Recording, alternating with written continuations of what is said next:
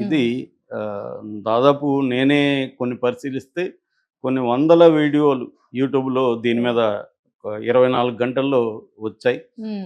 మనం deep seek అని కొడితే దాదాపు 1,00,000కు పైన ఆహ్, ఎంట్రీస్ ఓహ్! కనిపిస్తా ఉన్నాయి. హ్మ్. అంటే ఏ స్థాయిలో అంటే డీప్ సీక్ అని ఏఐ ప్రపంచ లో ఉన్న ముఖ్యంగా యూరప్, అమెరికా, ఇండియా లాంటి స్టాక్ మార్కెట్లు కుప్పగూలిపోయినాయి. హ్మ్. సో, ఒక్క ఇండియాలోనే నిన్న 9,28,000,00,000 ఒక్కసారిగా ఆహ్, లాసులకి వచ్చేసింది. అంటే మాయమైనాయి. మనకి మామూలుగా ప్రధానంగా 2 సెన్సెక్స్‌లుంటాయి.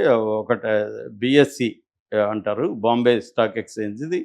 అది 30 కంపెనీస్ ఉంటాయి. అట్లాగే NSE national stock exchange. Bombay stock exchange 824 పాయింట్లు ఒక రోజులో పడిపోయి 75,366 పాయింట్లకి చేరిపోయింది. హ్మ్. అట్లాగే నిఫ్టీ ఆహ్, 263 పాయింట్లు పడిపోయి 22,829 పాయింట్లకి పడిపోయింది. అంటే 23,000కి దిగకుండా ఉన్నింది గత కొంతకాలంగా. అది నిన్న దిగిపోయింది. హ్మ్. అంటే ప్రధాన సెన్సెక్స్‌లు ఈ 2 కలిపి దాదాపు 1% వరకు పడిపోతాయి. బీఎస్‌సి మిడ్ క్యాప్ అంటారు. అంటే large cap, mid cap, small cap అని 3 హ్మ్. రకాలుంటాయి. మిడ్ క్యాప్ ఏమో 2.7% అంటే మిడ్ క్యాప్, స్మాల్ క్యాప్ ఎక్కువ పడిపోయినాయి. స్మాల్ క్యాప్ ఏమో 3.5% పడిపోయినాయన్నమాట. సో, ఈ స్థాయిలో పడిపోవడానికి ఇండియాలో స్టాక్ మార్కెట్ పడిపోవడానికి ప్రధాన కారణాలు కొన్ని చెప్తున్నారు. హ్మ్. అందులో ఒకటేందంటే అమెరికా ఇటు కొలంబియా లాటిన్ అమెరికన్ దేశానికి కొలంబియాకి ఆల్రెడీ 25% టాక్స్ కట్ టారిఫ్‌ని పెంచింది. హ్మ్. దీన్ని ఇంకా 50% చేస్తానని కూడా ప్రకటించాడు. దీనికి వ్యతిరేకంగా ఆ దేశ ఆహ్, ప్రెసిడెంట్ గుస్తావో పెట్రో కూడా ఒక పెద్ద లేఖ రాసాడు. అది ఆంధ్రజ్యోతిలో కూడా అనువాదం అయింది ఈరోజు. హ్మ్. ఆహ్, అంటే ఆయన చాలా తీవ్రంగా ఓహ్! వ్యతిరేకిస్తూ ఒక లేఖ రాసాడు. నన్ను చంపినా పర్వాలేదు. మీరు మహా అంటే నన్ను చంపుతారేమో నేను రెడీగా ఉన్నాను. నేను గాని మీకు తల వంచనని ఆయన ఇచ్చాడు. ఆహా!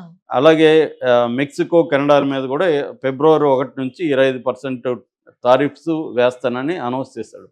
ఇది ప్రపంచవ్యాప్తంగా ఒక గందరగోళాన్ని, భయాందోళన క్రియేట్ చేసింది. ఎందుకంటే ట్రేడ్ వార్స్ వస్తాయి అన్న హ్మ్. ఇది దాని ప్రభావం ఇండియా మీద కూడా పడింది. అట్లాగే విత్‌డ్రాయల్స్ అంటే మన దేశంలో పెడుతున్న ఫారిన్ పోర్ట్‌ఫోలియో ఇన్వెస్ట్‌మెంట్ అంటారు. దాన్ని ఫారిన్ పోర్ట్‌ఫోలియో ఇన్వెస్ట్‌మెంట్లు విత్‌డ్రా చేసుకుంటున్నారు. హ్మ్. అది జనవరి 24 వరకు చూసుకుంటే దాదాపు 64,64,156 విత్‌డ్రా చేసుకున్నారు. అంటే రోజుకి 2,000-5,000 వరకు కోట్ల విత్‌డ్రాయల్స్ జరుగుతున్నాయి. హ్మ్. ఎప్పుడైతే ఫారిన్ పోర్ట్‌ఫోలియో ఇన్వెస్ట్‌మెంట్లు విత్‌డ్రా చేసుకోగానే ఇక్కడ పెడుతున్న రీటైల్ ఇన్వెస్టర్లు గాని వీళ్ళందరూ ఒక భయాందోళనకు గురయ్యి వీళ్ళు అమ్మేసుకుంటారనమాట. హ్మ్. అమ్మకాలు ఒత్తిడి నిన్న విపరీతంగా ఉన్నింది. హ్మ్. అట్లాగే మూడోది డీప్ సీక్ అనే కంపెనీ. హ్మ్. దాని గురించి నేను సెపరేట్‌గా మాట్లాడతాను. ఓకే. నాలుగోది యూఎస్ ఫెడరల్ రిజర్వ్ వడ్డీ రేట్లు ఇప్పుడు త్వరలో రాబోతున్నాయి వెన్స్‌డే రేపు.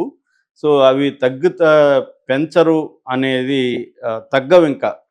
తగ్గితే హ్మ్. కొద్దిగా ఆలంబన ఉంటది. తగ్గే ప్రసక్తి కనబడలేదు అన్నది కూడా ఒకటి. హ్మ్. ఆహ్, నెక్స్టొచ్చి కార్పొరేట్ ఆహ్, హ్మ్. దాన్నేమంటారు క్వార్టర్ రిజల్ట్స్ డిసెంబర్‌ది. అంటే హ్మ్. లాస్ట్ ఇయరు హ్మ్. మూడవ క్వార్టర్ రిజల్ట్స్ అనౌన్స్ కొన్ని కంపెనీలు చేసాయి. అవన్నీ కూడా ఆశాజనకంగా లేవు. ఓకే. అంటే మన జీడీపీ వృద్ధి రేటు కూడా సెప్టెంబర్ నాటికి క్వార్టర్ నాటికి 5.4%కి పడిపోయింది. హ్మ్. ఇది 2 ఏళ్లలో అతి తక్కువనమాట జీడీపీ. అంటే మామూలుగా మన జీడీపీ గ్రోత్‌ని 6-8% ఉండాలనేది పెట్టుకున్నారు గానీ, దానికంటే కూడా కింద హ్మ్. పడిపోయింది. దానివల్ల కూడా ఇదవుతున్నారు. అంటే ముఖ్యంగా అర్బన్ కన్జంప్షన్ అనేది బాగా తగ్గిపోయింది. అట్లాగే డాలర్ బలపడుతుంది రోజు రోజుకి. ఇందాక చూస్తే నేను ఆహ్, ఒక డాలర్‌కి 86 రూపాయల 49 పైసలు. ఇది నాకు తెలిసి ఈ మధ్య కాలంలో ఇంత ఘోరంగా హ్మ్. రూపీ పడిపోవడం అనేది ఫస్ట్ టైము. అవును సార్. అట్లాగే బడ్జెట్ రాబోతుంది. హ్మ్. ఆ బడ్జెట్‌లో అంత అనుకూలంగా ఏముండదు అన్న ఒక అంటే నిరాశాజనకమైన హ్మ్. అభిప్రాయాలు కూడా జనాల్లో ఉన్నాయి. ఈ కారణాలన్నిటితో మన ఇండియన్ స్టాక్ మార్కెట్ కుప్పకూలింది. కానీ అమెరికా స్టాక్ మార్కెట్‌లో ముఖ్యంగా టెక్ స్టాక్స్ అంటారు. టెక్ కంపెనీల స్టాక్స్ దారుణంగా పడిపోయినాయి. ఆ! దీనికి ప్రధాన కారణం అమెరికా గాని, ఇటు యూరోప్‌లో గాని దీనికి ప్రధాన కారణం డీప్ సీక్ అనే హ్మ్. ఒక కంపెనీ. ఇది డీప్‌సీక్ అనేది ఏంది? దానివల్ల అమెరికన్ కంపెనీలు ఎందుకు పడిపోయాయి అనేది ప్రధానంగా మన టాపిక్కు. దీనికి డీప్‌సీక్ అనేది చైనా కంపెనీ. చైనాలో ఆర్టిఫిషియల్ ఇంటెలిజెన్స్ సంబంధించి చాలా కంపెనీలు ఉన్నాయి. ప్రధానంగా బైదు అని, టెన్సెట్ అని, అలీబాబా అని, సెన్స్ టైమ్ అని, 4 పారాడైమ్ అని, ఇటువా టెక్నాలజీ అని ఇలాగా చైనాలో కూడా ఆల్రెడీ ఉన్నాయి. అందులో డీప్‌సీక్ అనేది ఈ చాట్‌జీపీటీ మనకు పాపులర్. మనకి ఇప్పటివరకు నేను వాడేదైతే దాదాపు 5, 6 వాడుతున్నాను. అందులో ఓపెన్ ఏఐ కంపెనీ వాళ్ళది చాట్‌జీపీటీ, జెమినీ గూగుల్ వాళ్ళది జెమినై ఏఐ, తర్వాత కోపైలట్ మైక్రోసాఫ్ట్ వాళ్ళది, క్లాడ్ ఏఐ అంటారు. క్లాడ్ వచ్చి ఒకప్పుడు చాట్‌జీపీటీలో పనిచేసిన వాళ్ళే బయటకు వచ్చి పెట్టారు. అదొకటి. ఇంకొకటి పెర్ప్లెక్సిటీ. ఈ 5 నేను రెగ్యులర్గా వాడుతుంటాను. అంటే ఇది జనరేటివ్ ఏఐ అంటారు. మనం ఏ క్వశ్చన్ అడిగినా ఇమీడియట్గా ఆన్సర్ సెకండ్స్లో వచ్చేస్తుంది. ఇప్పుడు హైదరాబాద్లో రియల్ ఎస్టేట్ ఎలా ఉంది, ఏ ఫ్యాక్టర్స్ రియల్ ఎస్టేట్ని ఇన్ఫ్లుయెన్స్ చేస్తున్నాయని మనం ప్రశ్న అడిగామనుకో, దీన్ని ప్రాంప్టింగ్ అంటారు ప్రశ్న అడగడానికి. ఇది అడగగానే మనకి సెకండ్స్లో ఆన్సర్ వచ్చేస్తుంది. లేదు ఉమెన్ మీద అటాక్స్ ఇండియాలో, స్త్రీల మీద హింస ఇండియాలో ఎలా ఉంది, నాకు ఒక 2000 వర్డ్ ఆర్టికల్ రాయమంటే అది నీట్గా రాసి ఇచ్చేస్తుంది. ఇలాగా ఇంకా కోడ్ ఇది సింప్లిఫై చేసి చెప్తున్నా. ఒక పొయం కావాలి మనకి, పొయం ఇస్తుంది. దాన్ని ఏదన్నా ట్రాన్స్లేట్ చేసి తెలుగులో ఏమంటే ఇస్తుంది. ఇవన్నీ ఈ చాట్‌జీపీటీలు చేస్తుంటాయి. సో అదే మెథడ్లో ఈ డీప్‌సీక్ అనేది చైనా మోడల్ నుంచి వచ్చింది. ఫస్ట్ టైం 20వ తేదీ రిలీజ్ చేశారు. ఇది R1 మోడల్ అని ఇప్పుడు అంటారు అనమాట ఈ డీప్‌సీక్ వాళ్ళది. ఈ డీప్‌సీక్ అనేది ఎప్పుడు వచ్చిందంటే ఫస్ట్లో వీళ్ళు 2016లో లయాంగ్ వెంగ్ఫంగ్ అనే ఒక 40 ఏళ్ల చైనా, ఇతను ప్రైవేట్ పెట్టుబడిదారుడు. ఇతను ఒక హెడ్జ్ ఫండ్ అంటారు. మామూలుగా ఇతను వ్యాపారం ఏంటంటే ఇతను హైలీ బాగా ఎడ్యుకేటెడ్ అనమాట. సో ఇతను దాన్ని ఏమంటారు అంటే ఇన్ఫర్మేషను ఎలక్ట్రానిక్స్లో ఇంజనీరింగ్ చదివాడు. ఇతను 2016లో కంపెనీ పెట్టాడు.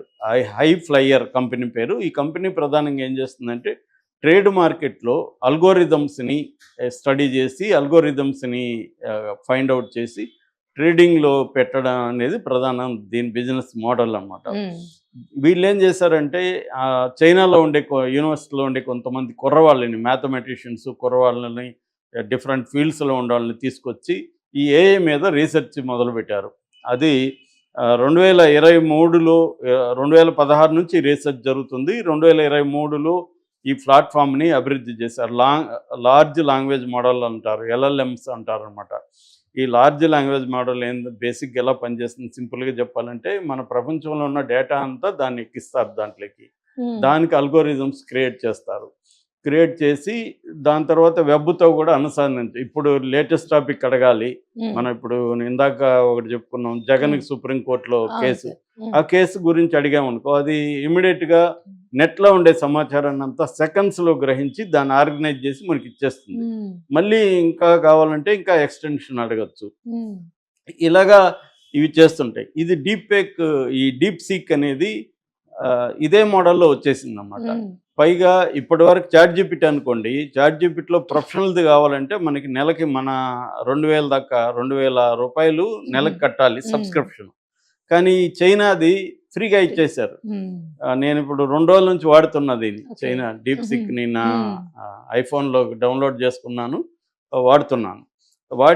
ఎందుకంటే నాకు దీని మీద అనుభవం ఉంది.